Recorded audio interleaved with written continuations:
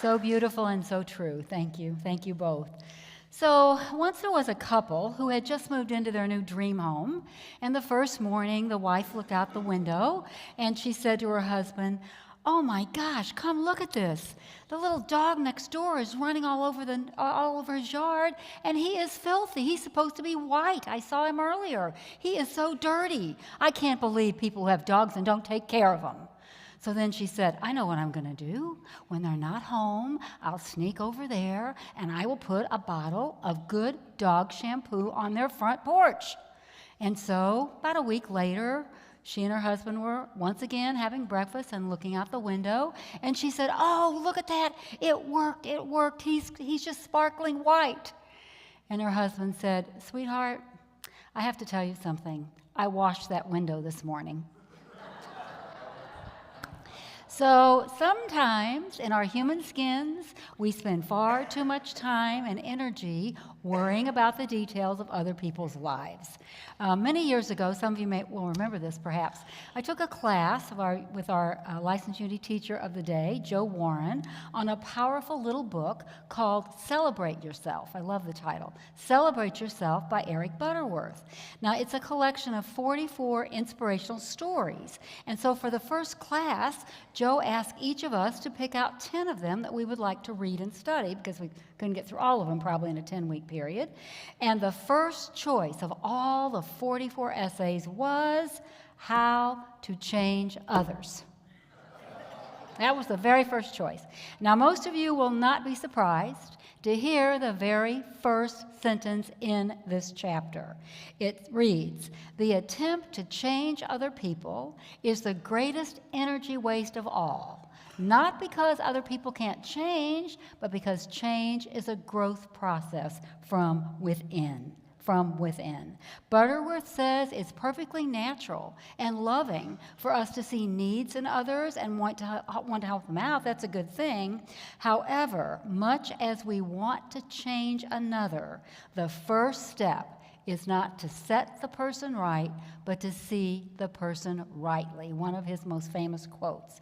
So seeing the person rightly means to behold the Christ in him or her, no matter what the person says or does. We have to look beyond the behavior to know that all of us have the Christ as our essence. And so in a well-known story, found in all three synoptic gospels, Matthew, Mark, and Luke, Jesus tells us just exactly what this takes. You can find the whole story in Matthew 22, verses 34 to 40. We read, it comes at a point where the Pharisees gather. I'll give you a little bit of background. The Pharisees gather to challenge Jesus and to really embarrass him in front of the crowd. So one of them, who's an expert in the law, tests Jesus with this question: "Teacher, which is the greatest commandment in the law?" Now, we have to remember that in the day, in addition to the 10 commandments handed down by Moses on Mount Sinai, existing Jewish law required all believers to follow, are you ready for this, 613 additional commandments every single day. So surely the lawyer thought, well, this question would trip Jesus up and make him falter. But Jesus responds immediately, just immediately. He says, "Love the Lord your God with all your heart, with all your soul, and with all your mind." This is, the first and greatest commandment, and the second one is like it: love your neighbor as yourself. All the law and the prophets hang on these two commandments, he tells the crowd. Now, by that he means hang on all the laws in the Old Testament, the Hebrew Bible. So in Luke's version, Jesus concludes with, "There is no other commandment greater than these." So love your neighbor as yourself. A few weeks ago, we talked about having self-worth and accepting that Christ essence and knowing that when we do so, we release all thoughts of unworthiness. And that actually is the prerequisite for not allowing other human beings to define us. We are on this earth to express godness and goodness. God is love, and created in God's image, we too are love.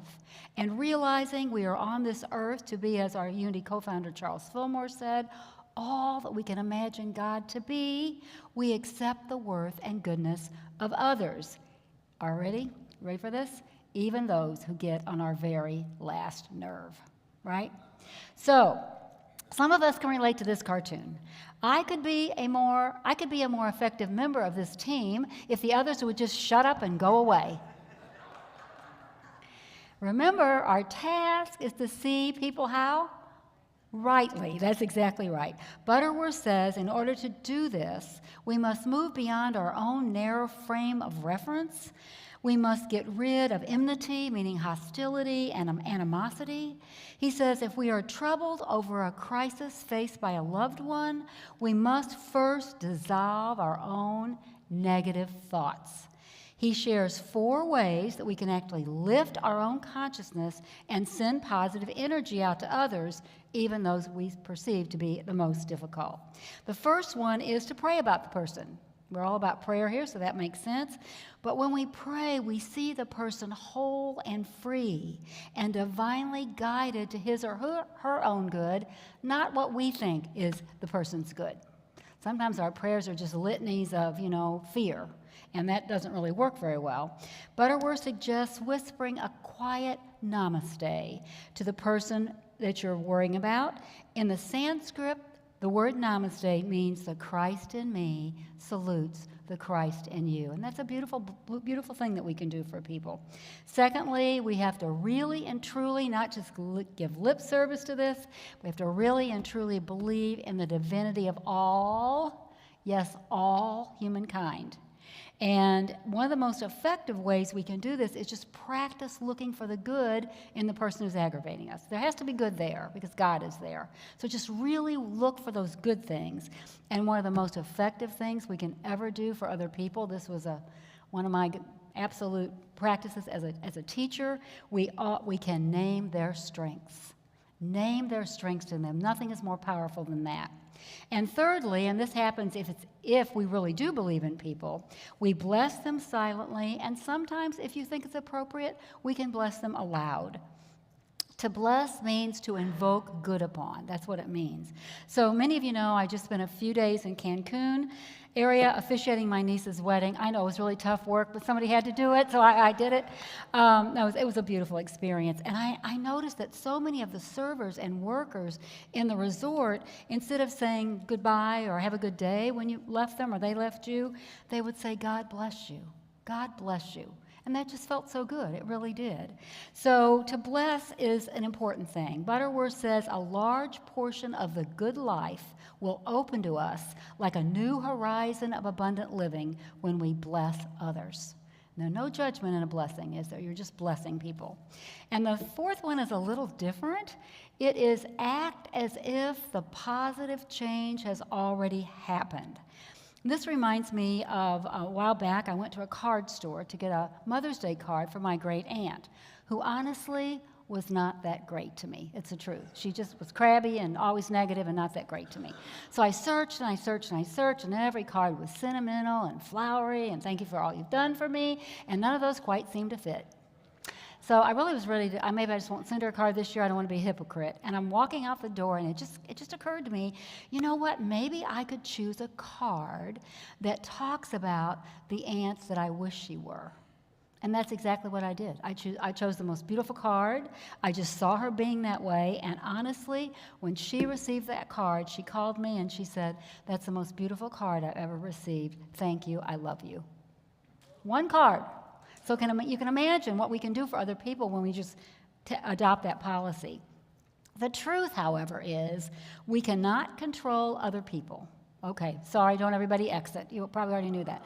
We cannot control other people, but we can always control our response to other people, and that makes all the difference. I bet you've heard people say, oh, she made me so mad, or he really upset me. Have you heard people say things like that? Eric Butterworth says, you are upset because you're upsettable. In other words, it's something in ourselves that is allowing ourselves to respond that way.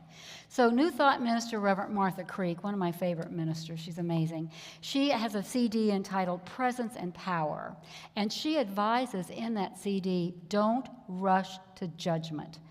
A helpful self-observation, we talked about this a few weeks ago, tweaking it a little for this, a helpful self-observation is, what am I telling myself about this person? What am I telling myself? And she suggests that we make a clear distinction between the facts involved and the feelings that we have. She says the mind loves to make up stories. We're just good at that. We make up stories all the time. In order to be coherent to our absolute truth, we need to stay with the facts for a while instead of spinning out with a story. So she gives an example of someone who you've called who doesn't call you back. And she says, the goal is to observe without judgment. Say to yourself, oh, Alice hasn't called me back. Stop there. But what do? Sometimes we spin out. We say things like, well, Alice hasn't called me back. Obviously, she doesn't care about me. Something must be more important to her than I am. Well, she can't even find the time to pick up the phone. She doesn't value me as a friend. She thinks she's better than me. Actually, she always was a cold fish. And here we go. Our imagination kicks in a negative way, and our story goes on, and we keep reinforcing it every time we tell it to ourselves. And here's an important thing she says, I'm going to repeat it. We come to believe and live in relationship to what we just made up. I'm going to say that again. We come to live and believe in the relationship of what we just made up. In reality, all that happened was that Alice didn't call me back. Before I turn my pivotal soul to a different direction, I have to stop and observe the story I'm creating and ask myself, is this absolutely true? Is what I'm assuming true? Might there be other possibilities? That is, maybe Alice didn't get my messages. Maybe she's really busy. Maybe something has happened to Alice and she needs me. Maybe I should check in on her. And there are all sorts of other stories we could create. Reverend Martha says, keeping clear distinction between what happened and the story that I created helps me stay focused, resourceful, creative, and clear about what I want to accomplish. Just try it. It's amazing. So in this whole process, she says, I may come to realize that too often I base my self-worth or lack of it on another's behavior. I mean, that we do that sometimes. I see without judgment, and I am grateful for the insight, realizing I can work on this. This is a signal to me that I can work on this. Those who we allow to aggravate us actually can become our best teachers. Think about that. Think about somebody who's aggravating you right this minute, or at least in your life. And maybe there's something to learn from that person about yourself. So in the book, This Life is Yours, Discover Your Power, Claim Your Wholeness, and Heal Your Life, I love that title, authors Linda Martella and Alicia Whitsett say that our relationships give us a chance to see ourselves more clearly and to behave more compassionately than we do in isolation, than we do by ourselves. If there's a conflict in a significant relationship, somebody who really means a lot to you, you feel it. You feel the conflict, guess where? In yourself, don't you? It's upsetting to you. So to heal our relationships, they say we've got to first, they're agreeing with Butterworth here, heal our own minds and hearts. And they give us 3 strategies for doing just that. The first one is kind of similar to Martha's. Don't jump to conclusions. Don't jump to conclusions. They say in our human skins, we tend to prejudge, draw quick conclusions, and misinterpret others. And sometimes when we jump to conclusions, we do it with people who need us the most, and that's particularly sad. A lot of you probably know this story, but it's in the book 7 Habits of Highly Effective People by Stephen Covey. He says, I remember one morning that I was riding on a New York subway. People were sitting quietly, reading their magazines, maybe sleeping a little bit, looking out the window, just resting. It was a really calm, peaceful scene. When all of a sudden, a man entered with his children, 4 children, and the children were so loud and rambunctious that instantly the whole climate changed. The father sat down right next to me, Stephen says, and closed his eyes, apparently oblivious to his kids' behavior. They were running back and forth, yelling, throwing things, knocking belongings out of people's laps. It was very disturbing. Yet the father next to me just sat. I became irritated. I could not believe that he would be so insensitive to let his children run wild like that and take no responsibility. It was easy to see that I wasn't the only one upset on the subway. Everybody was upset. So finally, I took a deep breath, and when what I felt was very, very good patience and restraint, I said to him, "Sir, your children are disturbing a lot of people. I wonder if you could control them a bit." The man lifted his gaze as if he were aware of the situation for the very first time. And he whispered, I'm sorry. I think you're right. I'll do something about it. We just came from the hospital where their mother died. And I don't know what to do, and I don't think they know what to do either. And Stephen Covey writes, "Can you imagine how I felt at that moment? Suddenly, I saw things differently. And because I saw things differently, I thought differently. And because I thought differently, I responded differently. My irritation vanished, and my heart was just filled with compassion and sympathy. I said to him, 'Your wife just died. Oh, I am so sorry. What can I do to help? Can I help with the children?' Everything changed in that instant." It has been said, you can't judge a person's story by the chapter you walked in on. I love that quote. When we rush to judgment or jump to conclusions about a person, we shut ourselves off from knowing the truth about them. When we listen to someone's story, really lean in and lovingly listen, one of the things that chaplains are taught to do, the truth behind who they are, where they've come from, and what they've experienced, then we can understand and have empathy. The Whitsits remind us, I think this is important, that even small judgments and momentarily unkind thoughts can add up over time to disharmony in a relationship. Remember, thoughts and mind reproduce their own kind, right? So if we're focusing on the negative, guess what? That's what we're going to see. In fact, have you ever noticed that you had a person in your life that you always appreciated, and for some reason you become aggravated with them, and suddenly that person can do absolutely nothing right? I've been there. And it's because you're not looking for the good, you're looking for what aggravates you. Where is your focus? So they say the way we manage those little things that don't seem important in a relationship make a huge difference in how we respond when the big things come up. So their second factor in healing relationships is to set reasonable expectations. That's really important. The Whitsits say we humans have an unfortunate tendency to impose unrealistic expectations on ourselves and others. Too often we expect someone, it might be a spouse, a partner, a friend, or a colleague, a relative, we expect them to fulfill us, to meet our very need. And truly, while it's good to specifically verbalize what we want from a relationship, that's good communication, we must realize that nothing, absolutely nothing outside of ourselves is going to fulfill us. We are created absolutely whole. We have everything we need. Psychologists tell us that when it comes to relationships, expectations are often the key to success or failure, whether a relationship works or does not. When we set our sights too high, other people feel overwhelmed and pressured. On the other hand, if we set our sights too low, we may never be satisfied with what we get. And it does seem that here good communication is really important. So the third factor is reconcile, don't condemn. The authors write, our tendency to condemn rather than reconcile, to reject rather than accept, can derail not only the relationship, but our own peace and happiness. It's really about what we're responding to. They say it's better to seek to understand and harmonize, to be humble and loving, rather than put forth negative thoughts and criticism. I guess something dropped off there. Sorry about that.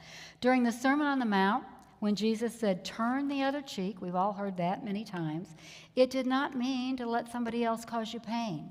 We don't have to stay in a relationship and let somebody cause us pain. It meant to turn away from the human conflict to a higher form of energy, from condemnation and revenge to love and compassion. We can always give back light for darkness, love for hate, and harmony for discord. Now, this whole issue for forgiveness is a big topic, and it is possible only when we recognize that all of us in our human skins are capable of being helpful, and we're also capable of hurting others. We've all hurt and been hurt by others. Learning to forgive means using our combined powers of love and wisdom. Once again, I want to say this. This does not mean suffering abuse. It does not mean enabling another. Sometimes it's about practicing self-love, and that might mean lovingly walking away, if it's possible, from the relationship. My husband and I knew a couple who had been married for, I think, over 30 years. He was an alcoholic, and she was dangerously overweight. And when she finally realized they were enabling each other, she ended the marriage. He got sober, and she lost 125 pounds. And to this day, they are still good friends. Not married, but still good friends. So the last stage of forgiveness is choosing between renewing the relationship or releasing it. And some of the people that we're aggravated about, we can avoid. I mean, it's easy to avoid some people. Other people we can't, and therefore we have to go into some discernment about that. In the words of the Dalai Lama, I love this, if you want others to be happy, practice compassion. If you want to be happy, practice compassion. So Reverend Jim Rosemurgy, tells us that we can always confront another person. It's a good thing to do that sometimes, and tell them how we feel. But our greater work, the real work in any conflict with another human being, is to enter the storm of our own feelings and find the eye of the storm, that Christ center, where we know there is only peace. When we get there, we know exactly what to do, and we know how to do it. So whether our pain is physical or emotional, resisting it only makes it intensify. We need to learn that. We talk about the war on poverty, the war on drugs, the war on all these things, and that's not the right attitude. We need to talk about what we want to see.